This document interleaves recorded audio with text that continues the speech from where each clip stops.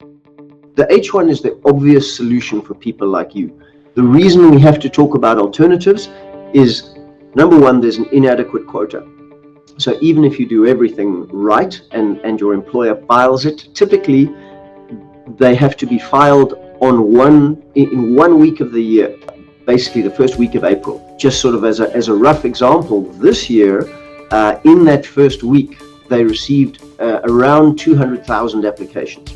So your odds were 1 in 3 of even having your envelope open. And what happens on those days, on each April 1, appropriately enough, April Fool's Day, the USCIS's California and Vermont service centers that receive those H-1Bs, they literally have lines of FedEx trucks and UPS trucks a mile long, delivering those few 100,000 H-1B applications. And the way it's worked up until now is that you have to file that application that day, and basically the immigration service says, look, we're going to create a pool of all those applications received on the first 5 business days of April. So this year it happened, if I recall correctly, to fall on a Monday. So all applications they received Monday, Tuesday, Wednesday, Thursday, Friday were then put into a pool. They were each given a random allocated number, and an algorithm ran a random selection to pull 65,000 out. Then, if you're one of the lucky 1 in 3 who they do get their envelope opened, you then run into this buzzsaw of really quite seriously hostile adjudication.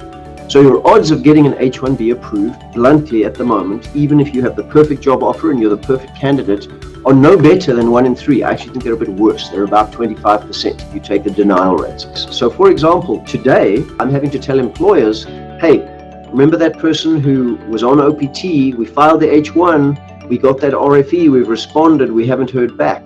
They have to go off payroll on September 30. They can't continue working October 1 unless and until their H-1B gets approved.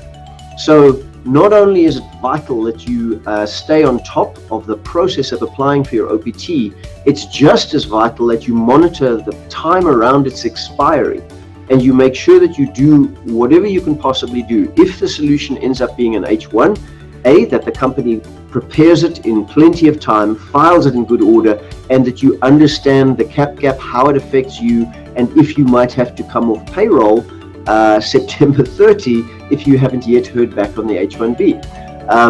Mercifully, the one thing that they have improved a little bit, which was really bad for a while, was that they prevented us using premium processing, the paying of an extra $1,410 to get a 15-day response time. They have reinitiated that. So most of the time now we're able to get these things done quickly for those who are lucky enough to get through the lottery in the mailroom and then the hostile adjudication.